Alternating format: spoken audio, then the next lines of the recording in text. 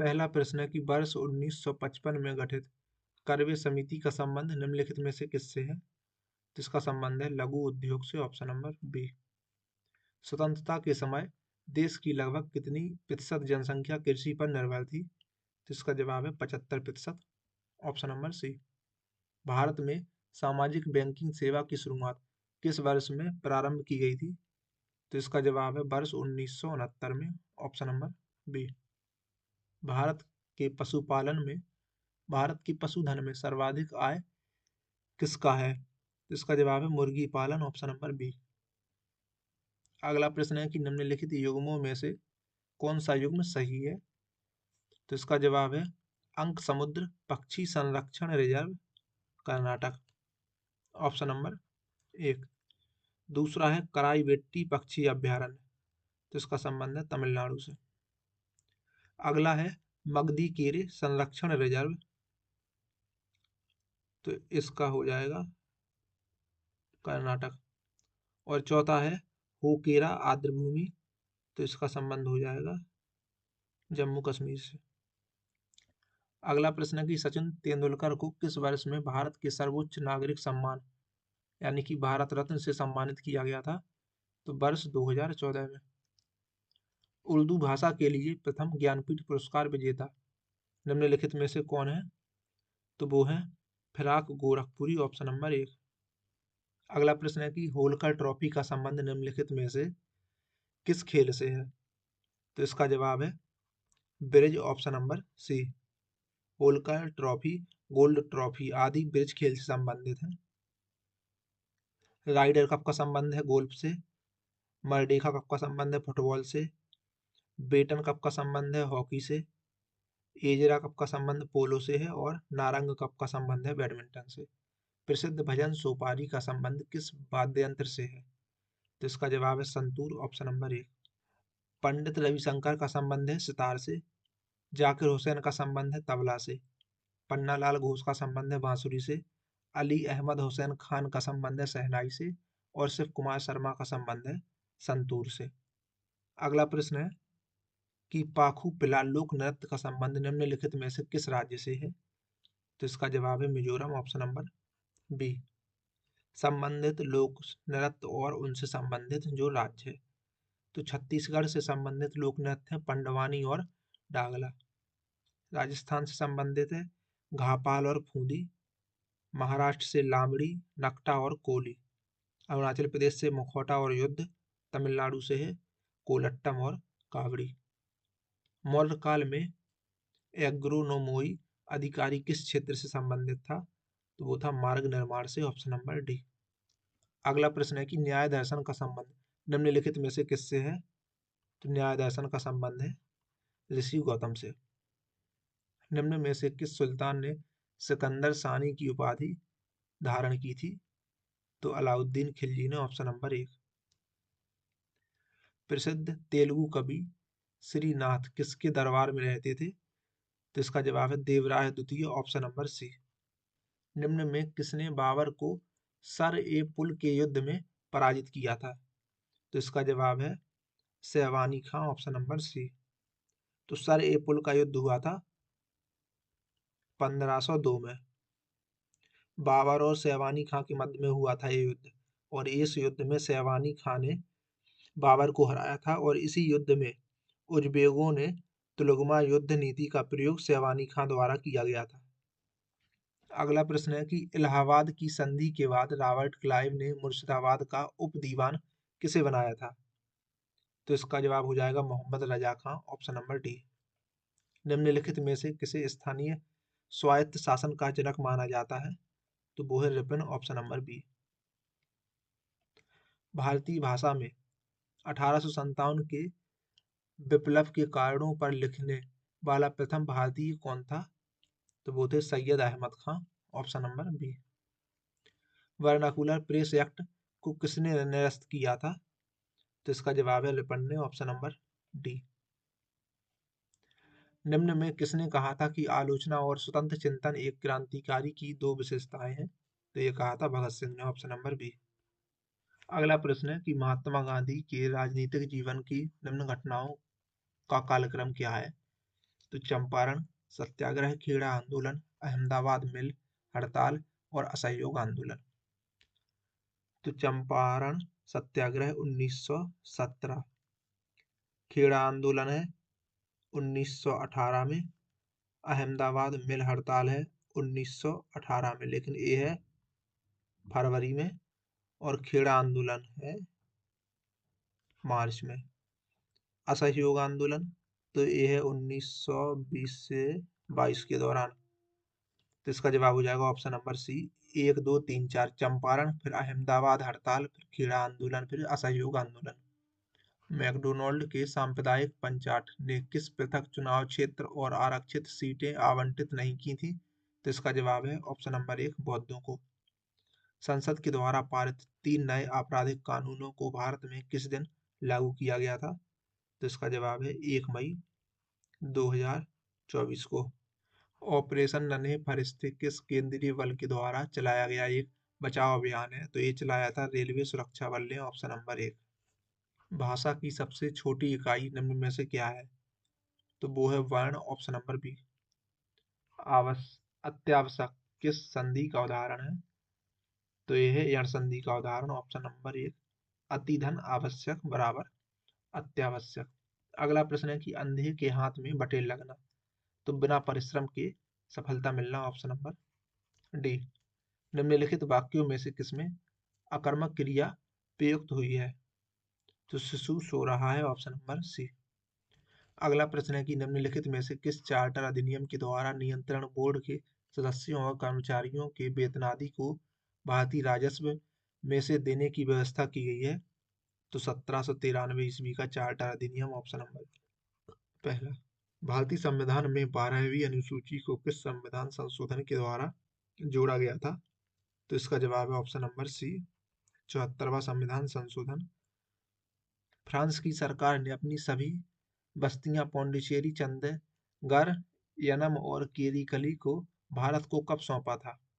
तो नवंबर 1954, option number C इसका जवाब हो जाएगा।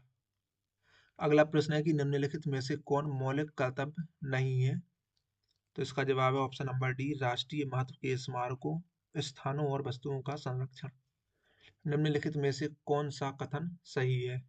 तो राज्यसभा की संरचना अनुच्छेद 80, राज्यसभा का सभापति और उपसभापति अनुच्छेद 89, जब राज्यसभा के सभापति या उपसभापति को पद से हटाने का संकल्प विचाराधीन हो तो वह पीठासीन नहीं होगा, अनुच्छेद 92। तो ये सभी सही है, ऑप्शन नंबर डी। अगला प्रश्न है कि सबसे कम मतदाता वाला लोकसभा क्षेत्र निम्नलिखित में से कौन सा है? तो वो है लक्षद्वीप, ऑप्शन नंबर बी। अंतर्राज्यीय परिषद के संबंध में निम्नलिखित में से कौन सा कथन सही नहीं है? तो अंतर्राज्यीय परिषद की एक वर्ष में कम से कम 2 बैठक होनी चाहिए, ऑप्शन नंबर सी। तो यहाँ 2 बैठकों की जगह होगा कम से कम 3 बैठकें होनी चाहिए। निम्नलिखित में से कौन सी शब्दावली सूचना के अधिकार अधिनियम 2005 की उद्देशिका में उल्लिखित है? सूचना की पारदर्शिता, सूचना का प्रकटन और संसूचित नागरिकता, लोकतांत्रिक आदर्श की प्रभुता। तो इनमें से सभी, ऑप्शन नंबर डी। भारत का उपराष्ट्रपति राज्यसभा का पदेन सभापति होता है, उसका वर्णन संविधान के किस अनुच्छेद में वर्णित है? तो इसका जवाब हो जाएगा अनुच्छेद 64 और अनुच्छेद 89, ऑप्शन नंबर डी। निम्नलिखित में से किस राज्य में लोकसभा सदस्यों की संख्या सबसे अधिक है? तो इसका जवाब है option number D, Madhya Pradesh. तो मध्य प्रदेश में है 29, गुजरात में है 26, कर्नाटक में है 28 और राजस्थान में है 25। तो ऑप्शन नंबर डी इसका जवाब हो जाएगा। अंडमान सागर और दक्षिण चीन सागर को जोड़ने वाली जल संधि कौन सी है? तो वो है मलक्का जल संधि। विश्व का सबसे बड़ा जल क्षेत्र वाला देश कौन सा है? तो वो है कनाडा। पृथ्वी पर शीतोष्ण कटिबंधीय क्षेत्र कितने डिग्री अक्षांशों के बीच का क्षेत्र कहलाता है? तो 45 से 66 डिग्री उत्तरी और दक्षिणी अक्षांशों के बीच, ऑप्शन नंबर बी। सौरमंडल का सबसे हल्का ग्रह कौन सा है? तो वो है बुध, ऑप्शन नंबर 1। विश्व को किसने समय जोनों में विभाजित किया गया है? तो इसका जवाब है ऑप्शन नंबर डी, 24 समय जोनों में विभाजित किया गया है विश्व को। ब्लैक फॉरेस्ट निम्नलिखित में से किस पर्वत का उदाहरण है? तो यह है ब्लॉक पर्वत का उदाहरण, ऑप्शन नंबर सी। भारत में सबसे ऊंची ज्वार भित्ति वाली नदी कौन सी है? तो वो है हुगली नदी, ऑप्शन नंबर 1। सूची 1 को सूची 2 के साथ सुमेलित करना है। स्थानांतरित कृषि और विभिन्न क्षेत्र, तो रोका का संबंध होगा ब्राजील से, खिल का संबंध होगा हिमालय पट्टी से, झूमिंग का संबंध होगा उत्तर पूर्वी भारत से, और जो मिल्पा है तो इसका मिल्पा का संबंध होगा मैक्सिको से। तो इसका जवाब हो जाएगा RSPQ, RSPQ, option number C. अगला प्रश्न है कि प्रीडेटर्स के अंतर्गत निम्नलिखित में से कौन सी श्रेणी के उपभोक्ता आते हैं? तो प्राथमिक वाला इसका गलत हो जाएगा, बाकी द्वितीय और तृतीय, यानी कि ऑप्शन नंबर डी। भारत में सबसे अधिक ऊंचाई पर स्थित राष्ट्रीय उद्यान कौन सा है? तो वो है हेमिस, ऑप्शन नंबर बी। कई बार प्रत्यारोपित पौधे नहीं उगते हैं क्योंकि? तो अधिकांश बारीक जड़ें प्रत्यारोपित के दौरान नष्ट हो जाती हैं, ऑप्शन नंबर सी। निम्नलिखित में से कौन सा कथन सही है? नीचे दिए गए कोड का उपयोग करके सही कथन का चयन करना है। तो इसका जवाब है ऑप्शन नंबर 1, केवल ए पहला कथन, यानी कि वायरस में ऊर्जा उत्पादन के लिए आवश्यक एंजाइम की कमी होती है, ऑप्शन नंबर 1। कटे हुए सेब का भूरापन कम कैसे किया जा सकता है? तो इसका जवाब है कि नींबू के रस का उपयोग करके, ऑप्शन नंबर सी।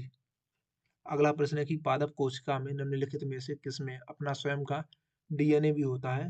तो माइटोकॉन्ड्रिया और क्लोरोप्लास्ट में, ऑप्शन नंबर सी। आंख के सबसे बाहरी भाग को क्या कहा जाता है? तो कॉर्निया। निम्नलिखित में से कौन सा पाचक एंजाइम अग्न्याशय ग्रंथि से निकलता है? तो इसका जवाब है ट्रिप्सिन, ऑप्शन नंबर डी। अगला प्रश्न है कि निम्नलिखित में से कौन सा प्रमुख लक्षण संघ मोलस्का जंतु के हैं? तो ऑप्शन नंबर डी, इनमें से सभी। तो इस संघ के जंतु का रक्त रंगहीन होता है, उत्सर्जन वृक्कों के द्वारा होता है, और इनमें श्वसन गिल्स या टिनिडिया के द्वारा होता है। मानव शरीर का कौन सा अंग डिप्थीरिया रोग से प्रभावित होता है? तो इसका जवाब है ऑप्शन नंबर डी, श्वास नली। अगला प्रश्न है कि सूची 1 और सूची 2 को मिलाना है। तो सूची 1 और सूची 2, तो सबसे बड़ी ग्रंथि का संबंध हो जाएगा यकृत से, यानी कि आर। सबसे बड़ा कपि, तो इसका संबंध है गोरिल्ला। सबसे बुद्धिमान कपि, तो इसका संबंध है चिंपैंजी। और सबसे छोटा कपि गिब्बन, तो इसका संबंध है एस से। तो RPQS, ऑप्शन नंबर 1 इसका सही जवाब हो जाएगा। विटामिन B7 का रासायनिक नाम क्या है? तो विटामिन B7 का रासायनिक नाम है बायोटीन, ऑप्शन नंबर पहला। विटामिन B11 का रासायनिक नाम है फोलिक अम्ल। विटामिन B6 का रासायनिक नाम है पायरोडॉक्सिन, B6 का। और जो टोकोफेरॉल है, ये है विटामिन E का नाम।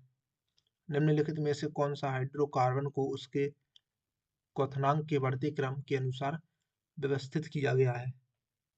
तो प्रोपेन, ब्यूटेन, पेंटेन और ऑक्टेन, ऑप्शन नंबर बी।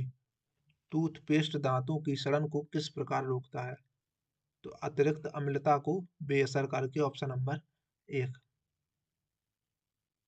निम्नलिखित में से दही रखने की कौन सी विधि है जो कि सही नहीं है? तो तांबे के बर्तन में रखना, ऑप्शन नंबर बी। जब किसी भी अन्य तरल पदार्थ की तुलना में अधिक पदार्थों को घोला जा सकता है क्योंकि? तो यह प्रकृति में द्विध्रुवीय होता है, ऑप्शन नंबर 1। निम्नलिखित में से कौन सा थर्मोप्लास्टिक का उदाहरण नहीं है? तो वो है मेलामाइन, ऑप्शन नंबर डी। अगला प्रश्न है कि निम्नलिखित धातुओं की क्रियाशीलता को अवरोही क्रम में लिखिए। तो सोडियम, पोटेशियम, मैग्नीशियम और कैल्शियम। तो इसका जवाब हो जाएगा ऑप्शन नंबर डी, 2 1 4 3, यानी कि पोटेशियम, फिर सोडियम, फिर कैल्शियम और फिर मैग्नीशियम। निम्नलिखित में से किसका प्रयोग प्रकाश विद्युत सेल में इलेक्ट्रोडों के रूप में किया जाता है?